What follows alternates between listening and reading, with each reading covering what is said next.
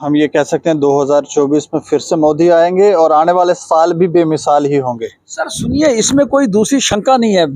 2024 में इससे भी ज्यादा सीटों के साथ भी थम्बिंग मेजॉरिटी जो है आदरणीय मोदी जी के नेतृत्व में एनडीए सरकार जो है हिंदुस्तान के अंदर तीसरी बार आने जा रही। कोई दुनिया की ताकत नहीं रोक सकती है। सत्य कहेंगे, सत्य लिखेंगे, सत्य चलेंगे।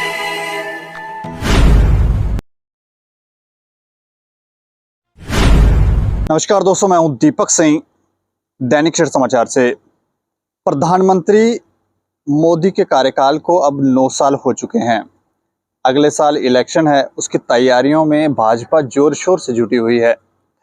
लेकिन इन 9 साल में उन्होंने कौन से बेहतरीन काम किए, इस पर राय जानने की कोशिश करेंगे। हमारे साथ बात करने के लिए इंजीनियर राजकुमार बड़याल हैं, भाजपा के नेता हैं, भाजपा स्टेट एग्जीक्यूटिव मेंबर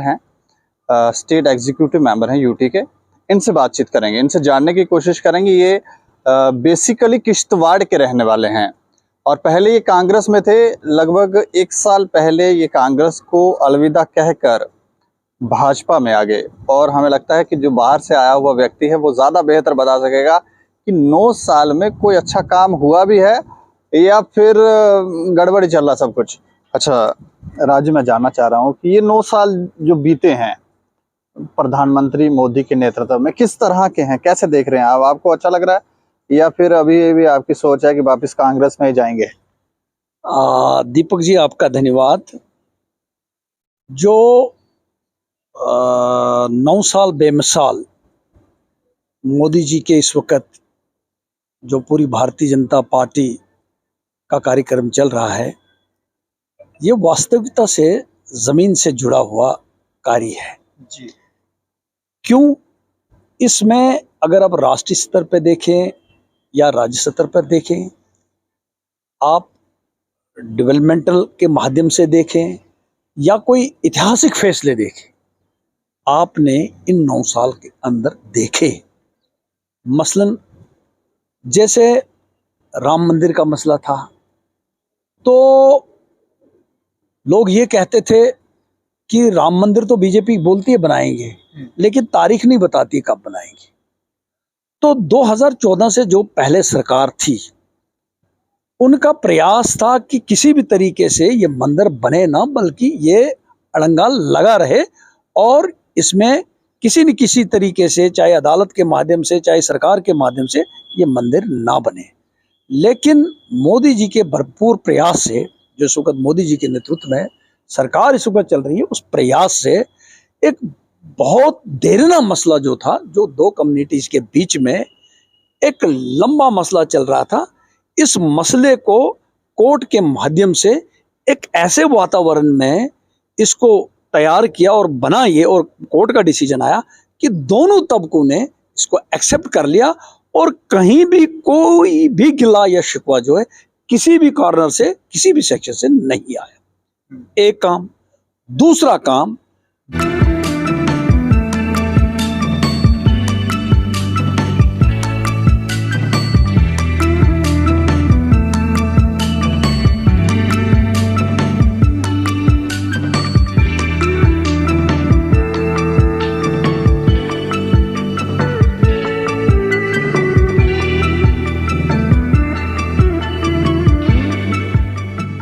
जो हमारी बहनें थी, जिनके साथ ये मजहब के नाम पर जो ट्रिपल तलाक की वजह से जिनके साथ जो है दुर्व्यवहार किया जाता था, कहीं न कहीं हमारे प्रधानमंत्री जी ने, हमारी सरकार ने इस पर घोर मंथन किया और कई बार हमारी मुस्लिम जो बहनें थी, उन्होंने प्रधानमंत्री जी के पास, होम मिनिस्टर के पास, सरकार के पास ये गुहार लगाई कि ये कौन से देश के अंदर, ये कौन से सदी के अंदर हम रहते हैं कि मुंह से तीन बार 3 तलाक बोल देंगे और हमारा सारा जीवन जो है, शादी ब्याह जो है, ये खत्म हो जाता है। तो इस पे संज्ञान लेते हुए मोदी जी ने इस फैसले को भी एक ऐतिहासिक फैसला बनाकर उन तमाम माताओं को, बहनों को उस कानून से निजात दिलाई, जो उनको कहीं न कहीं जो है कहीं का नहीं छोड़ती थी और रास्ते पे लाती थी। हो गया ये।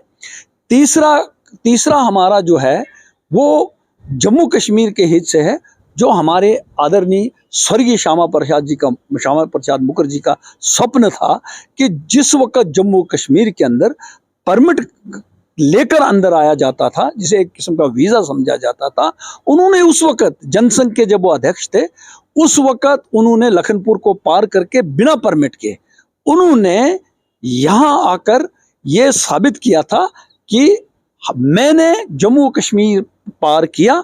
और उस वक्त अटल जी के साथ बहुत सारे लोग उनके साथ थे। उन्होंने कहा था कि Atal ji, go and tell India कि I have entered in J&K without any permit, now I have been arrested.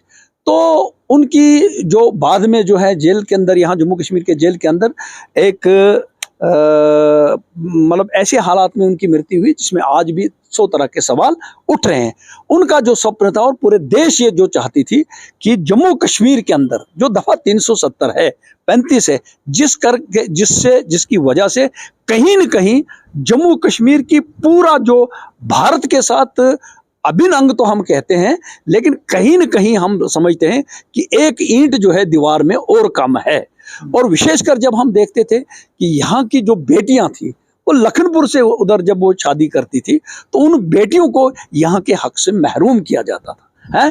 तो वो एक बहुत बड़ा मसला था। और उसके बजाय जब कोई बहू पाकिस्तान से लाई जाती थी या फॉरेन से लाई या किसी और भी देश से लाई जाती थी, उसको यहाँ एक्सेप्टेंस मिलती थी। तो ये डिस्क्रिमिनेशन बहुत ज्यादा थी। उसके अलावा 370 के माध्यम से यहाँ के राजनेताओं, कुछ एक दो तीन पार्टियां उसका दुरुपयोग करते थे, और राजनीति के जो सत्ता केंद्र होता था उनके आसपास होता था। तो इस तरह से जब से जनसंघ बनी, जनसंघ का कयाम हुआ, उनका मैनिफेस्टो में भारतीय जनता पार्टी 80 में बनी, हमेशा मैनिफेस्टो में रहा कि जब भी हमें मेजॉरिटी आएगी हम जो है 370 और 35 जो समाप्त करेंगे, और मोदी जी के नेतृत्व में ये भी दिखाया गया। उसके बाद आप नेशनल हाईवेज देख लीजिए, टनल देख लीजिए, हम डेवलपमेंट में आपको जाएंगे। आप यहाँ पर ये देख लीजिए कि आज जिन बॉर्डर्स के अंदर हमारी सेना इस वक्त काम कर रही है, और जो वहाँ पर फील्ड लाइन होती थी वो उनको खच्चरों के माध्यम से, पैदल रास्ते होते थे, उनके माध्यम से उन तक पहुंचाई जाती थी, और कहीं न कहीं हमारी फौज को वो ताकत नहीं मिलती थी जिसकी आवश्यकता होती थी। तो हमारे प्रधानमंत्री ने सबसे पहली बात की कि हम किस तरीके से अपनी जवानों के शौर्य को बनाए रखेंगे और किस तरह बॉर्डर तक हम ये कोशिश करेंगे कि वहां तक उनको पूरी तरह से फीडिंग लाइन पहुंचे, ताकि उनको किसी भी तरीके से कोई परेशानी नहीं हो। मैं उदाहरण दूंगा आपको, जैसे अटल टनल जो है हाल ही में कंप्लीट हुई, और आप देख रहे होंगे कि वो सड़क जो है बॉर्डर तक जाती है। पहले महीनों लगते थे वहां तक पहुंचने के लिए, पैदल हमारे सैनिक जाते थे वहां तक, कोई उनका कोई सामान लेके जाते, कुछ लेके जाते थे, बहुत फर्क पड़ता था।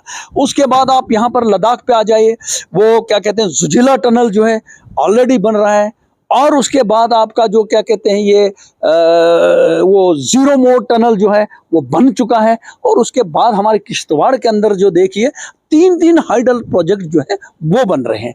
तो इस तरह से हमारी किश्तवाड़ की जो बटोत से लेकर जो क्या कहते हैं हमारी वो किश्तवाड़ की जो 2 लेन है, इस वक्त जोर शोर पे उस पर काम चल रहा है। तो यहाँ पर एम्स खुल गए, क्या कहते हैं मेडिकल कॉलेज डोडा में खुल गया, राजौरी में खुल गया। हर प्रकार से मोदी सरकार की डेवलपमेंट जो इंफ्रास्ट्रक्चर के हवाले से हुई है। उसके बाद आप देखोगे यहाँ पर मोदी जी ने गरीब कल्याण के जो लोग हैं, इस तरह की स्कीमें उन्होंने यहाँ लाई हैं जो जिनका आप अंदाजा नहीं लगा सकते। आप मुझे बताइए, जैसे गोल्डन कार्ड है, आज आप किसी भी अस्पताल में जाए, आज हर एक व्यक्ति का गोल्डन कार्ड जो है, बीपीएल नहीं, सबको वो 5 लाख तक उनका इलाज मुफ्त चल रहा है। उसके बाद आप देखें, आप लाडली बेटी की स्कीम है। उसके बाद आप देखिए वो श्रम कार्ड, जो गरीबों को क्या कहते हैं कहीं भी एक्सीडेंट हो जाता है उसको तुरंत 2 लाख रुपया मिल जाता है। उसके बाद आपका वो क्या कहते हैं एग्रीकल्चर में जो है क्या कहते हैं वो जो 6,000 रुपया मिलता है। तो इस तरह से प्रधानमंत्री आवास योजना, फिर आवास प्लस योजना में रिसेंटली 2 लाख घर जो है जम्मू कश्मीर को आ गए हैं।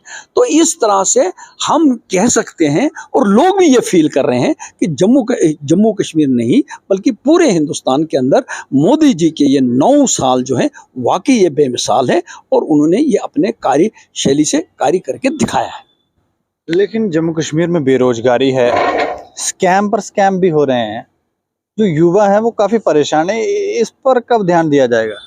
नहीं, मैं आपको बताऊंगा, आपकी बात से मैं इत्फाक करता हूं कि युवा ज़रूर परेशान है, पढ़े लिखे लोग हैं, लेकिन एक भी बात मैं बताना चाहता हूं आपको कि फिर मैं वही बात करूंगा, 370 के अंदर जब ये स्टेट चल रही थी तो ये क्या होता था कि जज भी खुद ही, वकील भी खुद ही और मुलजिम भी खुद ही होते थे।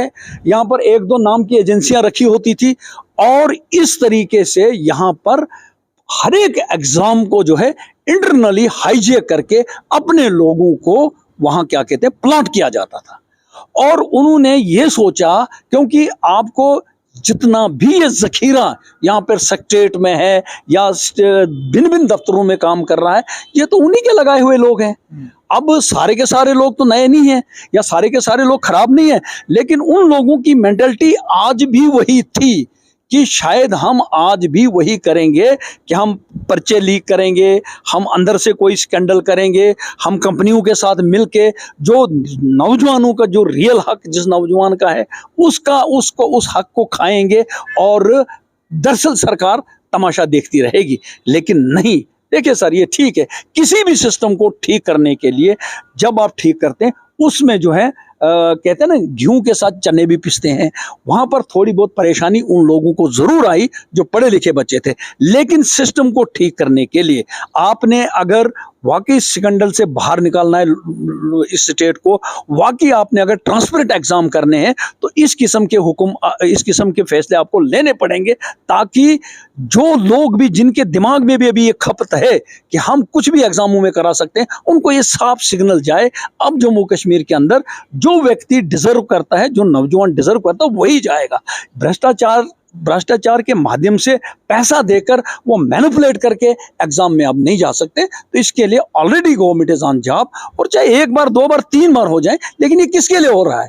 ये यहाँ के नौजवानों के लिए एक साफ रास्ता किया जा रहा है। समय लगेगा लेकिन किसी का हक नहीं खाया जाएगा। लेकिन उसके बावजूद आप तो कह रहे हैं कि सरकार बेहतरीन काम कर रही है, लेकिन युवा परेशान है। वो कहते हैं हाँ, ये कंपनियां लाते हैं, वो कंपनियां भी जो दागी कंपनियां उनको ले आते हैं। नहीं, देखिए मैं बात बताऊंगा, जब भी आप कोई कंपनी लाते हैं या आती है, उसका पहले ये ट्रैक रिकॉर्ड जो जब वो अपना सारा बायोडाटा सबमिट करती है तो उन चीज़ों में नहीं होता है। तो कहीं भी जब वो फंसती हैं तो एक्शन लिया। और मैंने आज रिसेंटली सुना कि जो पुरानी कंपनी थी उसको अब चेंज करके कोई दूसरी कंपनी के माध्यम से एग्ज़ाम कराया जा रहा है। तो ये बात नहीं है, पहले तो बिल्कुल ये होता था ना कि अपने लोग हैं, अपने ये सब कुछ है, वही करेंगे। लेकिन इस वक्त जो है युवा कुछ देर के लिए परेशान ज़रूर रहेंगे। लेकिन मैं आपके चैनल के माध्यम से जम्मू कश्मीर के नौजवानों को यह आश्वासन देना चाहता हूं, अब भरोसा कीजिए इस सरकार पे। मोदी जी सेंटर में बैठे हैं, अमित शाह जी बैठे हैं और यहाँ पर लेफ्टिनेंट गवर्नर बैठे हैं। आपके साथ अन्याय नहीं होगा, जरूर कुछ देर के लिए परेशानी होगी लेकिन रास्ता हमारा होगा। कांग्रेस में जब आप थे, ये जितनी भी अब आपने चीजें गिनवाई, तो वहाँ क्या परेशानी थी? वो क्या फैसले नहीं ले पाते थे कि उन्होंने पहले ही अपना एक नेक्सस उनका सेटअप हो गया था, हम ये गोरख धंधे करेंगे, हमें कौन पूछने वाला है? ये बात देखो, मैं बात बताऊंगा, कांग्रेस मुझे लगता है कि जब तक इंदिरा जी थी तो उस वक्त तक कांग्रेस जो थी, मुझे लगता था कि कहीं न कहीं वो राष्ट्र के प्रति भी समर्पित थी, दिखती थी, और कहीं न कहीं देश के प्रति भी वो वचनबद्ध थी, प्रोग्रेस भी थी, डेवलपमेंट भी होती थी और लोग उनको पसंद भी करते थे। लेकिन इंदिरा जी के जाने के बाद मुझे लगता है कि राजीव गांधी जी आए, नए नए थे, उनको कोई अनुभव नहीं था। उसके बाद जब उनको अनुभव आता तब वो इस दुनिया से चले हो गए, शहीद हो गए।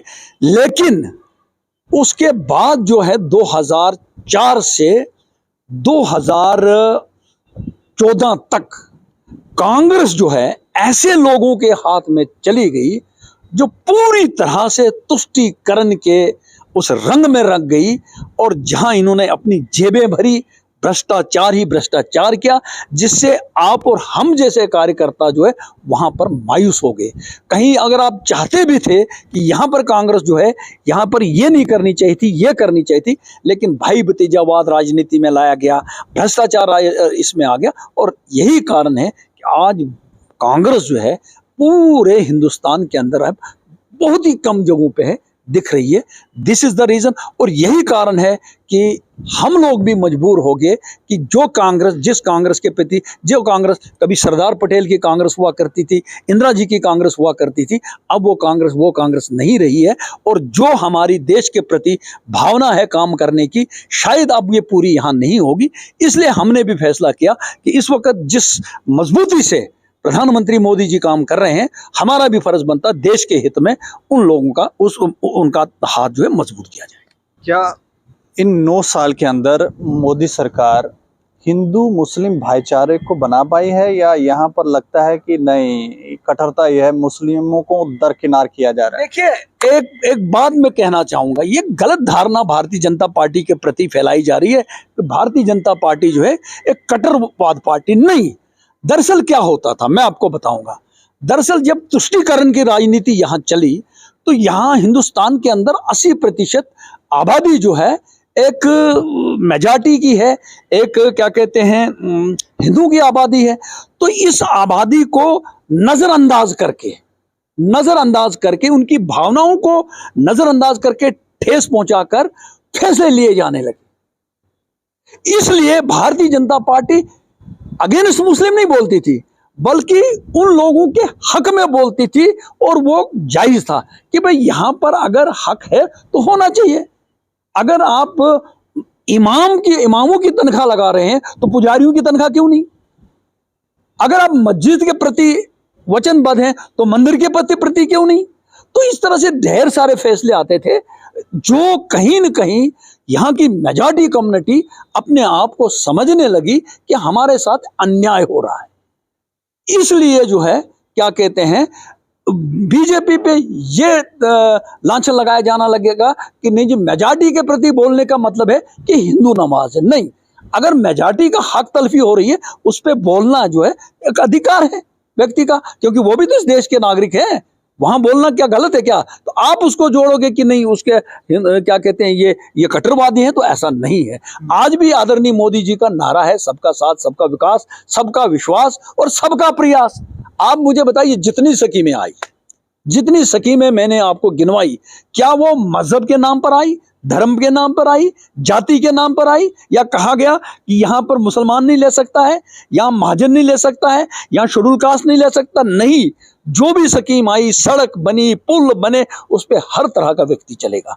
वो जो स्कीमें आएंगी वो हर तरह के व्यक्ति को मिलेगा, जो घर आए वो हर तरह के व्यक्ति को मिलेंगे, चाहे वो किसी भी धर्म का है। ये ऑपोजिशन का एक प्रोपेगेंडा था, बीजेपी के नाम पर लोगों को डराया जाता था, जो अब वक्त चला गया है, अब वो चीज नहीं रही।